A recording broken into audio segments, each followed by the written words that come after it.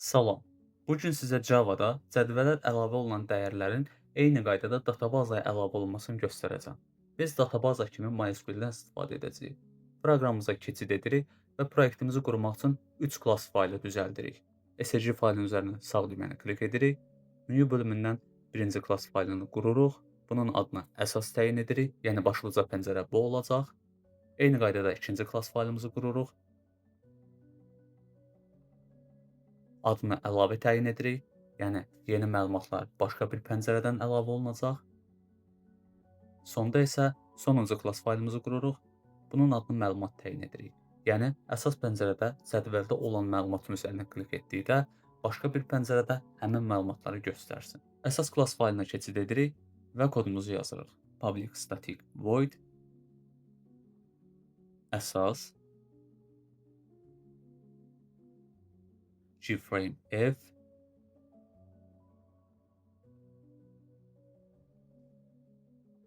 gbutton btn əlavə btn göstər btn sil gtable tbl default table model mdl sürüşmə panelimizi də qururuq. G-scroll pane p paketlərimizi daxil edirik. Import javax.swing.ulduz import javax.swing.table.ulduz pəncərəmizi qururuq. F bərabər new gframe əsas pəncərə f.setBounds 600, 300, 280 və 250 f.setVisible true f.setLayout null Cədvəl üçün modeli qururuq. MDL bərabər new default table model başlığını bir ölçülü massivdə təyin edirik. String kvadrat mötərizə dəyişənin başlığı qeyd edirik. Bərabərdir fiqurlu mötərizə. Birinci başlıq ad, ikinci başlıq soyad, üçüncü başlıq ünvan. Dəyərlərimizi iki ölçülü massivlə, yəni obyekt 2 kvadrat mötərizə ilə qururuq. Dəyişəni dəyər bərabərdir 2 fiqurlu mötərizə. Dəyərləri sadəcə boş təyin edirik. İndi dəyər və başlığı modelə əlavə edirik. Cədvəlimizi qururuq. TBL bərabərdir new gtable modeli daxil edirik. Sürüşmə panelini qururuq. P bərabər new G-scroll pane cədvəli daxil edirik. Sürüşmə panelinin məkan və ölçüsünü təyin edirik. p.setBounds 10, 10, 250 və 150. Qurduğumuz cədvəli pəncərəyə əlavə edə bilərik. F.add p proqramımız üçün çalışdırma kodunu yazırıq. Public static void main string args əsas və çalışdırırıq. Açılan pəncərədə əlavə etdiyimiz cədvəli görə bilirik. İndi isə düymələri təyin edirik. Əlavə et, göstər və sil düymələri. Koda keçid edirik və düymələrimizi qururuq. Btn əlavə bərabər new gbutton adını qısa olaraq əlavə təyin edirəm. Btn göstər bərabər new gbutton göstər və btn sil bərabər new gbutton sil. Düymələrimiz üçün məkan və ölçü təyin edirik. Btn əlavə nöqtə setBounds 5, 170, 80 və 25. Eyni qaydada digərlərini də təyin edirik.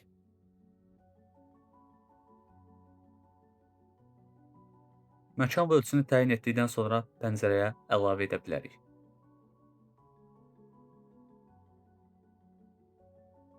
Proqramımızı bir daha test edirik. Açılan pəncərədə əlavə etdiyimiz düymələri də görə bilərik. İndi isə əlavə et düyməsinə kliklədikdə yeni pəncərənin açılmasını göstərirəm. Daxil oluruq əlavə klass faylına və kodumuzu yazırıq. Public static void əlavə komponentlərimizi qururuq. GFrameF, GLabel, LVL ad, LVL soyad, LVL ünvan, GText field, text ad, text soyad, text ünvan, GButton, BTN əlavə və BTN ləğv. Paketlərimizi daxil edirik. Import javax.swing.ulduz.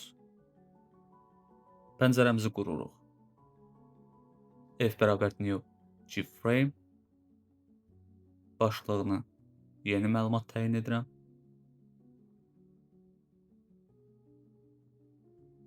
F.setBounds 620, 320, 280 və 180.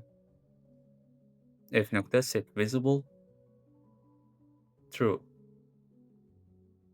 F.setLayout null. Komponentlərimizi qururuq. LVL ad bərabər new GLabel, LVL soyad bərabər new GLabel, LVL ünvan bərabər new GLabel,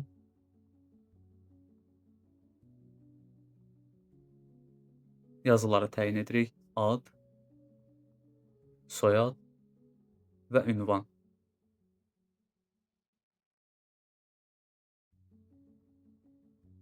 İndi yazı sahələrini qururuq.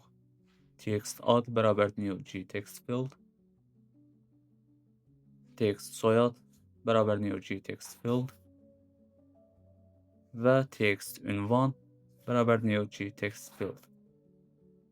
Ən sonda düymələrimizi də qururuq. BTN əlavə bərabər new GButton əlavə et, BTN ləğv bərabər new GButton ləğv et.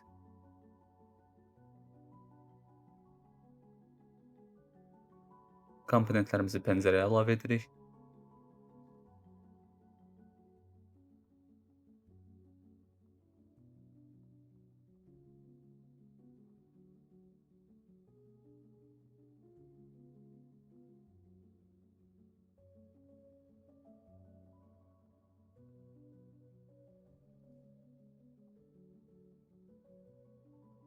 Qurduğumuz komponentlərin məkan və ölçülərini təyin edirik.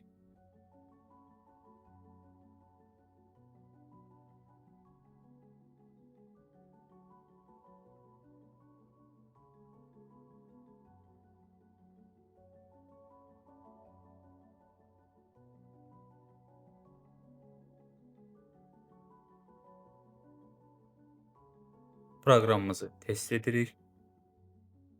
Açılan pəncərədə qurduğumuz komponentləri də görə bilirik. İndi isə bu pəncərənin əsas pəncərədə düymə vasitəsilə açılmasını göstərəcəm. Bunun üçün daxil oluruq əsasa və əlavə et düyməsinə əmr yazırıq. BTN əlavə .add action listener y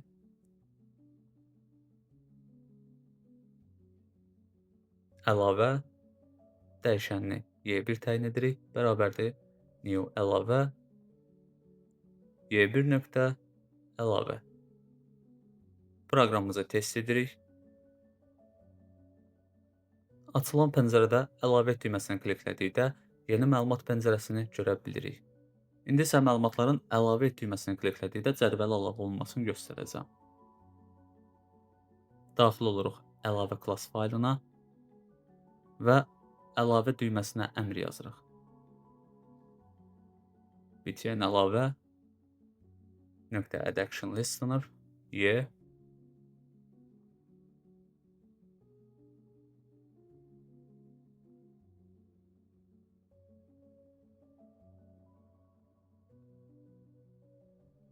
əsas Y1 bərabərdir new əsas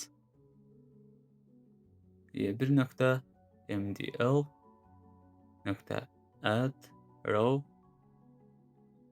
new object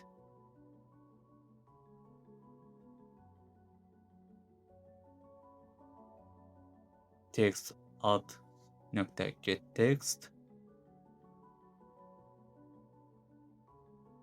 text soyad nöqtə get text və text ünvan nöqtə get text. Burada model xətasını biz public verməklə aradan qaldıra bilərik. Bunun üçün əsas class faylına daxil oluruq və burada default table modeli public edirik. Class faylından aşağı istiqamətə düşürük. Public static default table model MDL. İndi isə xətanın aradan qalxdığını görə bilərik. Proqramımızı test edirik. Əlavə et düyməsini klik edirik və məlumatları yazırıq.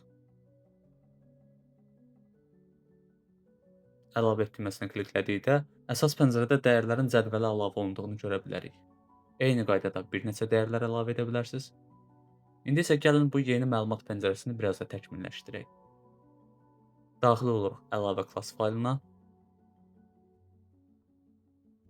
Text add.set text boş. Eyni qaydada digərlərini də təyin edirik. Yəni məlumatı dolduqdan sonra avtomatik yazı sahələri sıfırlansın.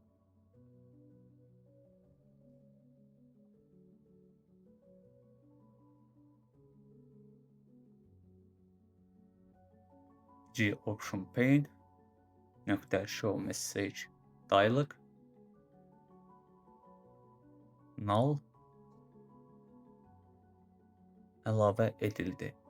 Daha doğrusu yeni məlumat əlavə edildi. F.set visible false. Yəni əlavə et düyməsini kliklədikdən sonra pəncərə bağlansın. Bir daha test edirik. Əlavə etə kliklədik. Məlumatları doldurduq. Əlavə et. Və budur. Pəncərə bağlandı və dəyərimiz cədvələ əlavə olundu. Eyni qaydada bir neçə məlumatları da əlavə edə bilərik. Ləğv et düyməsi sadə düymədir, yəni biz bura sadəcə frame.set visible false yazaraq kifayətlənə bilərik. Onun üçün mən bunları sona saxlayıram. İndi isə keçək göstər düyməsinə əmr yazmağa. Yəni cədvəldəki hər hansı bir dəyəri seçdikdə, göstər düyməsini kliklədikdə həmin məlumat başqa pəncərədə açılacaq. Daxil oluruq məlumat class faylına, kodumuzu yazırıq. Public static void məlumat komponentlərimizi qururuq. GFrame F GLabel LBL ad LBL soyad LBL ünvan L1 L2 L3 Gbutton BTN ok paketi daxil edirik. Pəncərəni qururuq. F bərabərdir new GFrame məlumat F.set bounds 620 320 280 və 180 F.set visible true F.set layout null LBL add bərabər new glabel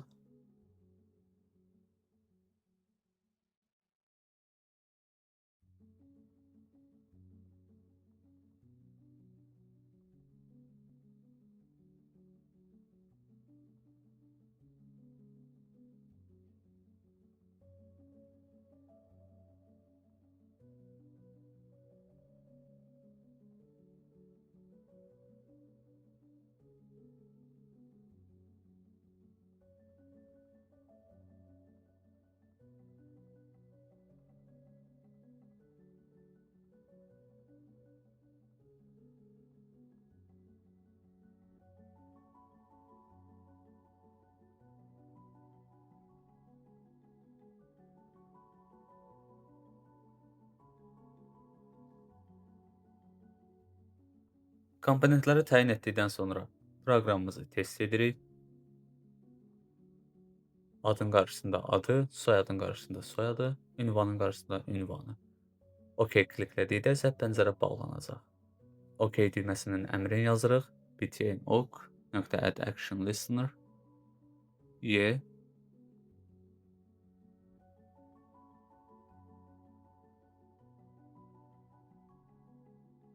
f.set visible false. Eyni qaydada ləğv et düyməsinə əmrləri bu qaydada yaza bilərsiniz.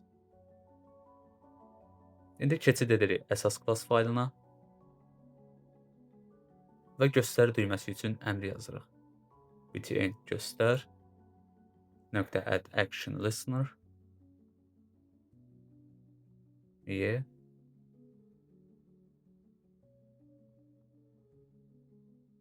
məlumat m bərabərdir new məlumat m nöqtə məlumat integer row bərabərdir tbl nöqtə get selected row, yəni seçilən cədvəl xanası əmri yazırıq. If row nida bərabərdir 1-ə string a bərabərdir tbl nöqtə get value add row 0 nöqtə to string. Yəni A dəyişəninə cədvəlin 0-cı dəyərindəki məlumatını mənimsədirik. Eyni qaydada digərləri üçün də yazırıq.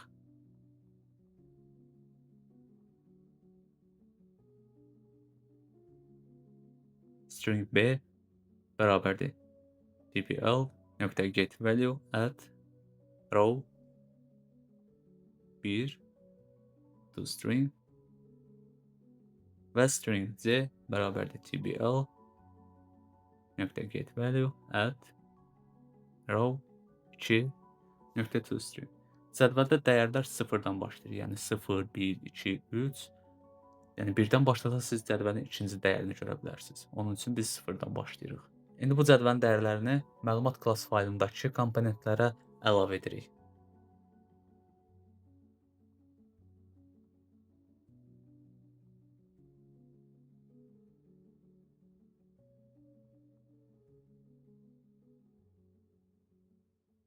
Buradakı xətaları aradan qaldırmaq üçün daxil oluruq məlumat klass faylına və L1, L2, L3 faylını public edirik. Public static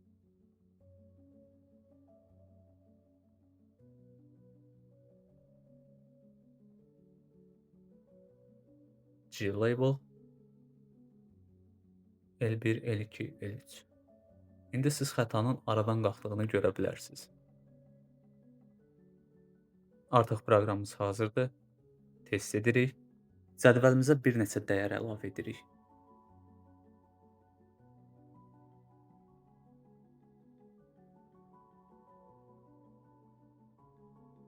Əlavə etdiyimiz dəyərlərdən hər hansı birinə kliklədikdə göstər düyməsinə klik edirik və məlumatları başqa pəncərədə görə bilərik. İndi isə sil düyməsi üçün əmr yazırıq. Bunu artıq əvvəlki videodan bilirik. btn sil nöqtə add action listener y. Bunu biraz təkmil versiya kimi işləyəcəyik. Yəni G-option pane ilə integer set bərabərdir G-option pane nöqtə show confirm dialog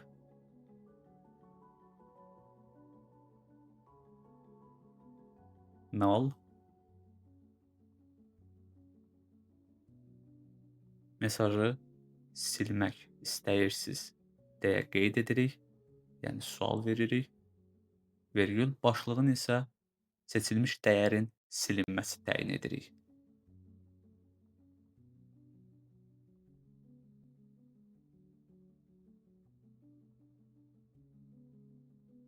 Vergül yes no option. Yəni bəli, xeyir seçimi. Paketini import edirik. İndi isə sual təyin edirik.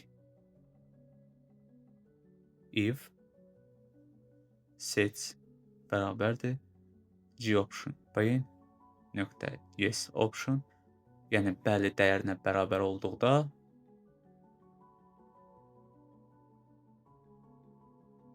mdl nöqtə remove row tbl nöqtə get selected row, yəni cədvəlin seçilmiş dəyərin modeldən silinməsi. G option pane nöqtə show message dialog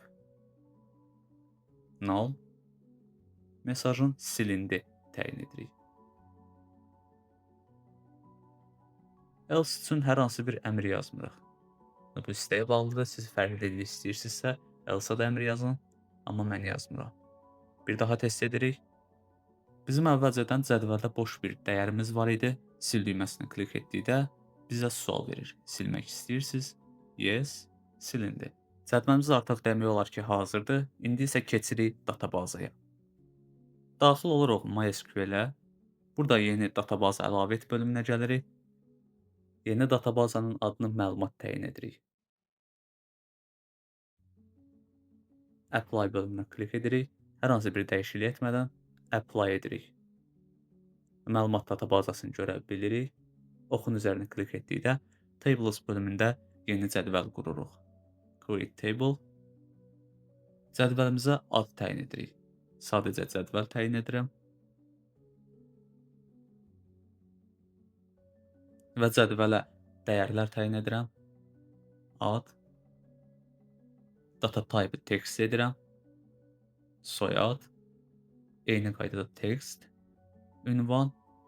Text. Not null hamısını qeyd edirik.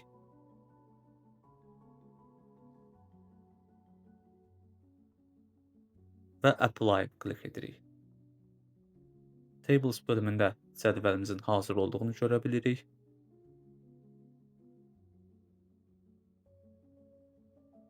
Ad, soyad, ünvan. İndi isə kodumuza keçid edirik. Kodumuzda əlavə class faylına keçid edirik. Və public class faylının altından SQL databazanı daxil edirik. Public static connection count. Paketini daxil edirik.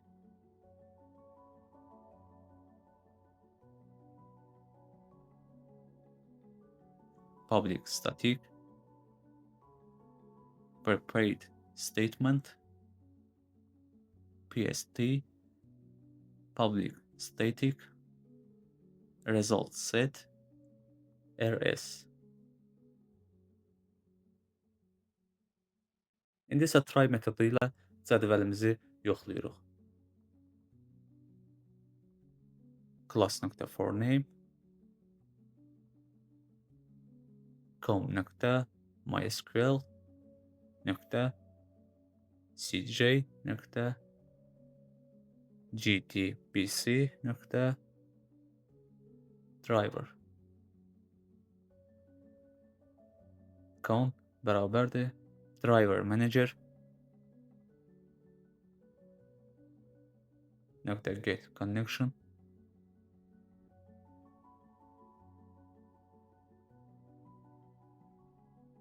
yəni bizim databaza harda yerləşir, onun məlumatını daxil edirik.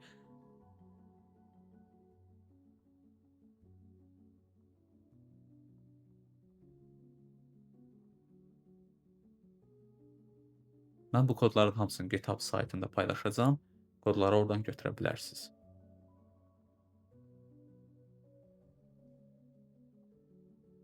PST bərabərdir con.prepare statement mötərizə select ulduz from cədvəl. Yəni cədvəldən seçim et. rs bərabərdir PST .execute query. Catch metodunu yazırıq. class not found, exception, x, logger, nöqtə get logger, əlavə nöqtə class nöqtə get name, nöqtə log, level, server, virgül null, virgül x. Paketləri daxil edirik. Logger paketini daxil edirik. Import və level paketini daxil edirik. Import. İkinci catch faylımızı yazırıq. SQL exception x paketi daxil edirik. Logger nöqtə get logger, əlavə nöqtə class nöqtə get name nöqtə log, level nöqtə server, null, x. Eyni qaydada. Yəni birinci catch faylımız class faylını tapa bilmədikdə, yəni sinif faylını tapa bilmədikdə xəta verir. İkinci catch faylımız isə SQL databazasını tapa bilməyəndə xəta verir. Keçid edirik əlavə düyməsinə və databazaya əlavə etmək üçün əmr yazırıq. Try metodundan istifadə edirik.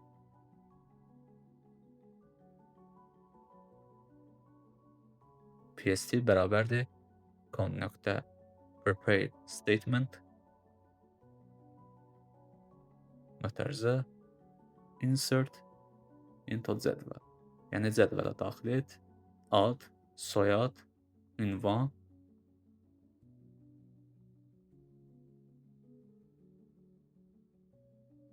mötərizəni bağlayırıq, values, sual, sual, sual.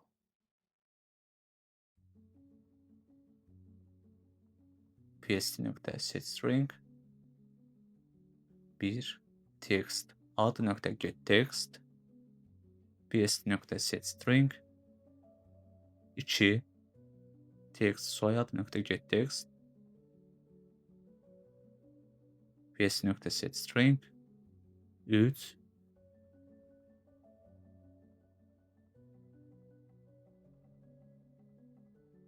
text'i ünvan.getText.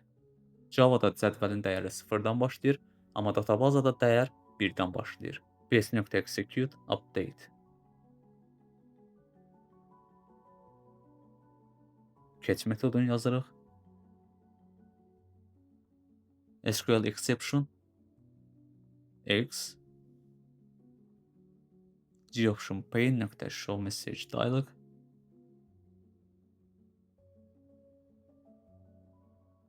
null x. Catch metodlarındakı xətaları da bu qaydada yaza bilərsiniz. Goption pane ilə. Yəni mən sadəcə orada logger istifadə elədim. Proqramımızı test edirik.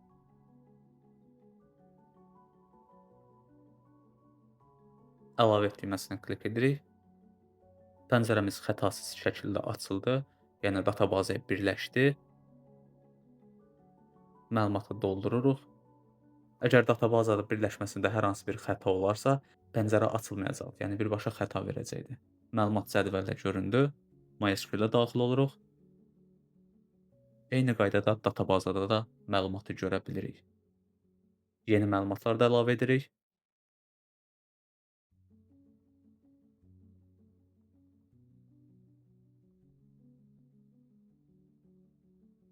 Və databazaya əlavə olunduğunu görə bilirik. Eyni qaydada bir neçə dəyərlər də əlavə edə bilərsiniz və bu da xətasız şəkildə databazaya əlavə olunma deməkdir.